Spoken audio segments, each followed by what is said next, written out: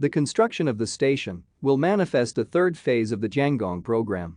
It builds on the experience gained from its precursors, Tiangong-1 and Tiangong-2.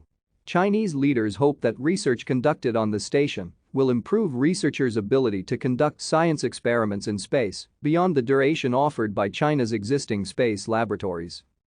Deng Xiaoping decided that the names used in the space program, previously all chosen from the revolutionary history of the PRC, would be replaced with mystical religious ones. Thus, the new Long March launch vehicles were renamed Divine Arrow, Space Capsule Divine Vessel, Space Shuttle Divine Dragon, Land-Based High-Power Laser Divine Light and Supercomputer Divine Might. These poetic names continue as the first, second, third, fourth, and fifth Chinese lunar probes are called Chang'e after the moon goddess. The name Tiangong means heavenly palace. Across the PRC, the launch of Tiangong-1 inspired a variety of feelings, including love poetry. Thank you for watching. Like and subscribe if you would like to view more of our videos. Have a nice day.